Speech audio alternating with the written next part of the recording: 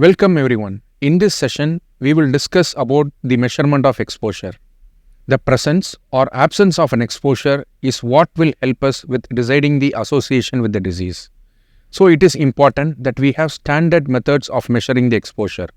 These methods might include interview with study participants, abstracting the data from records such as case sheets, medical records and vaccination cards, or many times results of laboratory investigations also serve as a means of exposure ascertainment.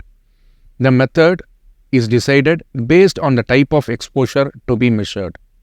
When we collect information on exposure, we need to ensure that we collect good quality data. The three major characteristics for good data on exposure are: 1. Objectivity.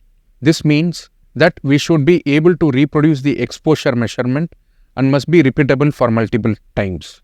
Number 2. Accuracy. That is, information collected reflects true exposure status as close as possible.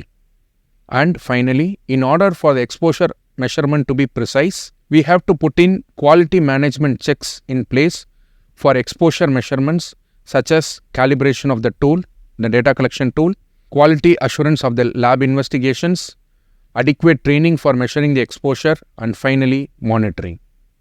As of now, we have mainly focused on dichotomous exposure measurement, that is, ascertaining the presence or absence of exposure without quantifying the degree of exposure. However, we can measure the dose of exposure by using the units of exposure. Example, the total number of cigarettes smoked by a study participant. Exposure categories called ordinal categories like mild, moderate, and severe exposures can be used. When the measured exposure is the continuous variable, we can convert them to ordinal categories to demonstrate the dose-response relationship. Let us now understand the basic relationship between the exposure, time, and the outcome. For an exposure to cause an outcome like a disease, it requires that the individual be exposed for a certain period of time for the outcome to occur.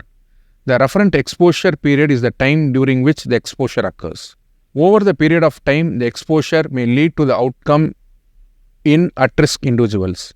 Another point to consider is that cases have an onset date such as onset of symptom, while the controls don't. Since controls don't have the disease, the need to identify the reference exposure period is crucial. Also, it is very important to ascertain exposure over the referent exposure period as that of cases. Both cases and controls will be examined for the same referent period. It is important that the referent exposure period is of the same duration and occurs during the same time frame for both cases and controls. To summarize, in this session, we spoke about how we ascertain the exposure using interviews, records, and lab investigation, and what constitutes a good quality exposure data and being objective, accurate, and precise. Next, we discussed on measuring the dose of exposure, and finally, we explored how the exposure period and outcome are related. Thank you.